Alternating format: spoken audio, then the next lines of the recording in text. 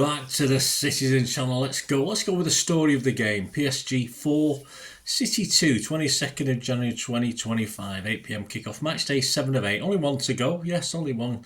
Yeah, well, we're still in it. Simple as that. I'll give a little comments as I'm going through. There'll be a sum up at the end. But anything that's pointed out during the story of the game of my depression at last night, I will, of course, air as we're talking through this. Let's get on with it. Let's talk about last night. There's a lot to get through, of course, as ever.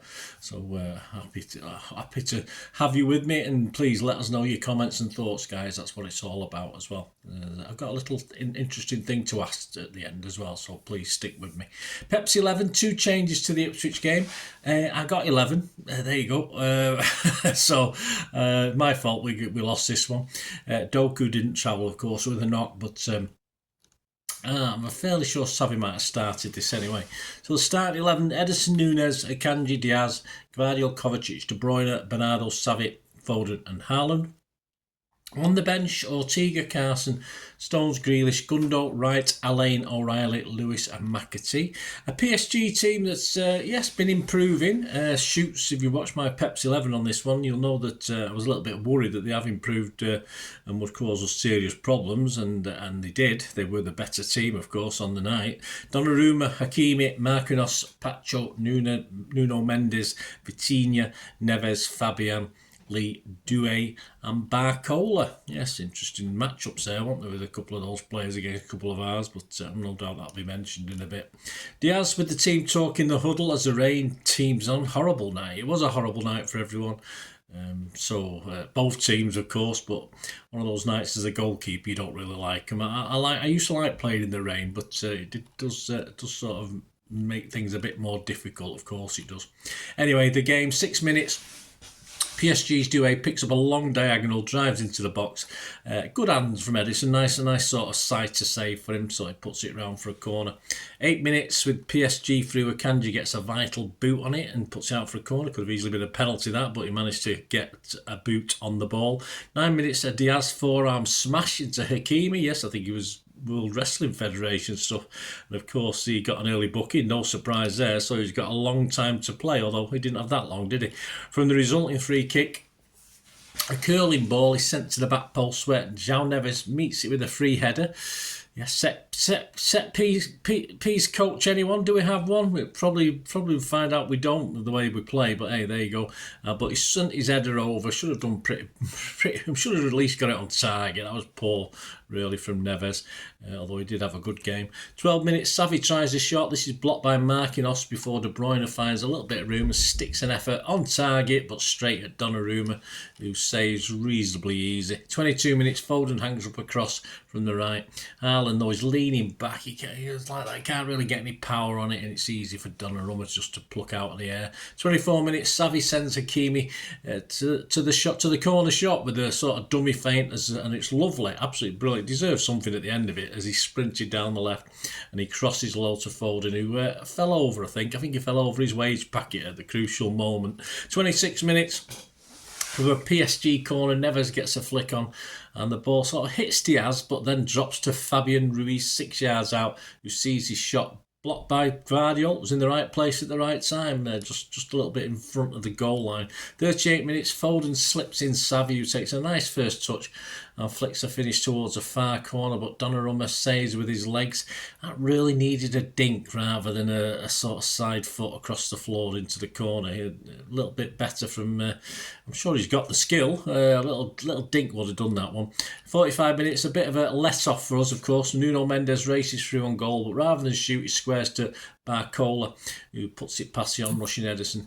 Of course, past the on-rushing Ederson. Barcola lays it off to Hakimi, who side foots a finish into a relatively empty net because Ederson isn't getting back.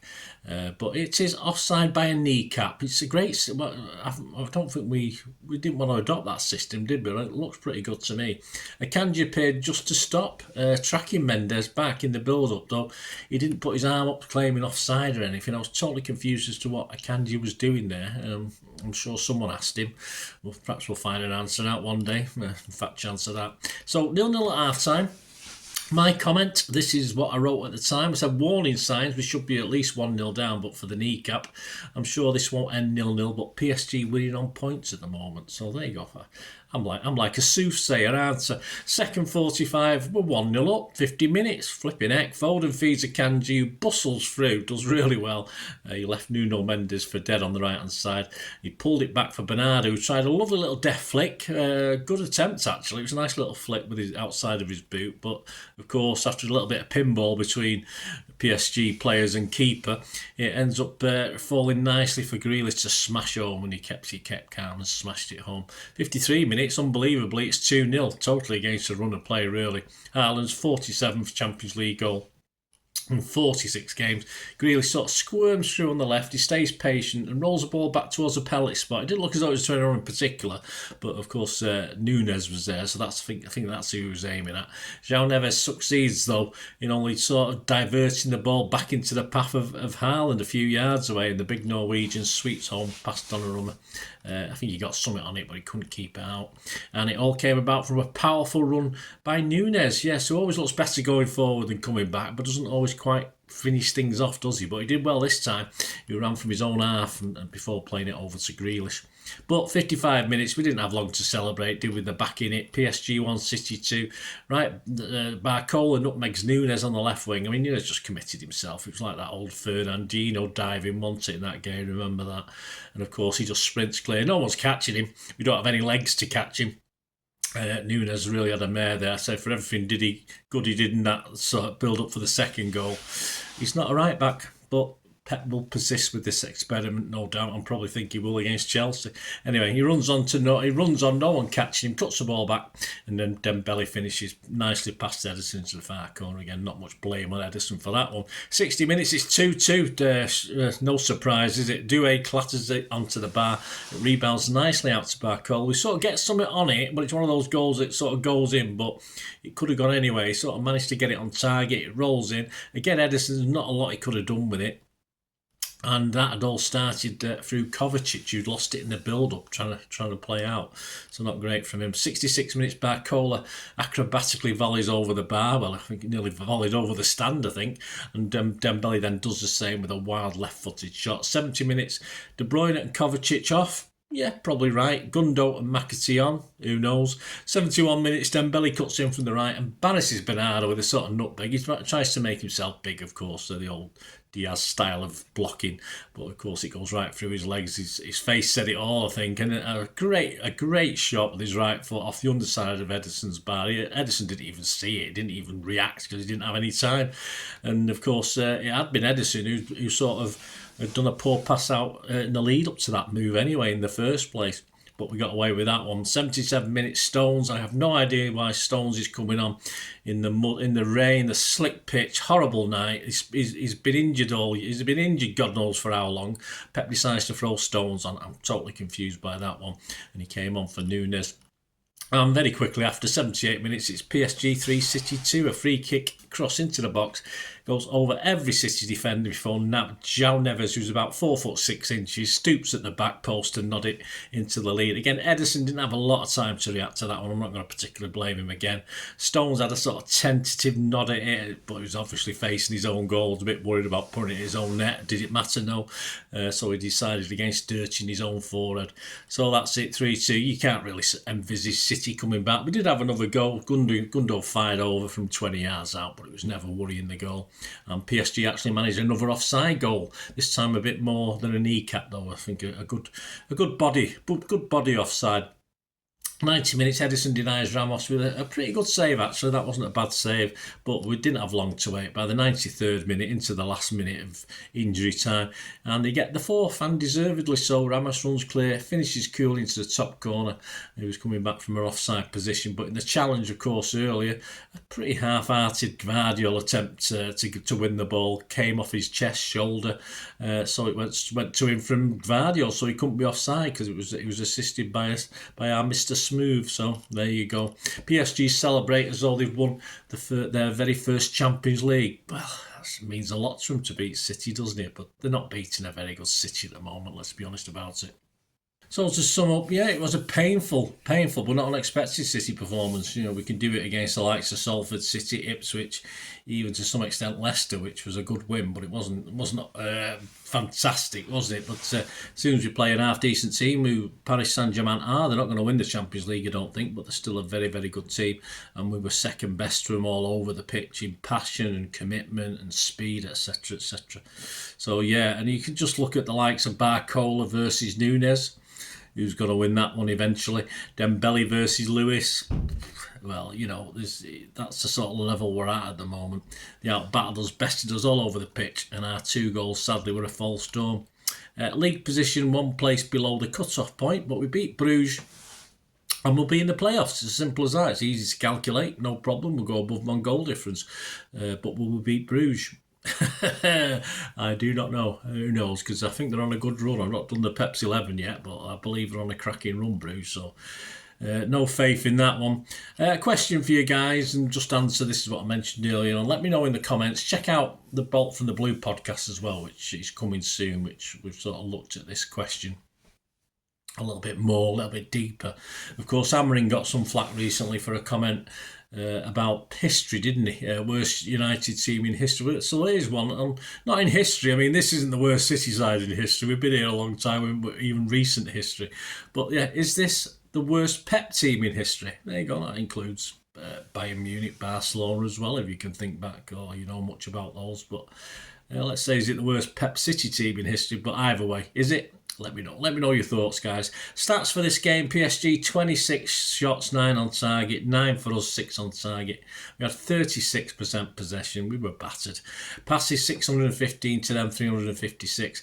Pass accuracy, the worst I've seen from City since I think I've even been looking, in fairness. 91% for PSG, a pathetic 82% for City. Fouls 10 each, 1 yellow card each. They had 3 offsides to our none, 11 corners for them, 6 for us.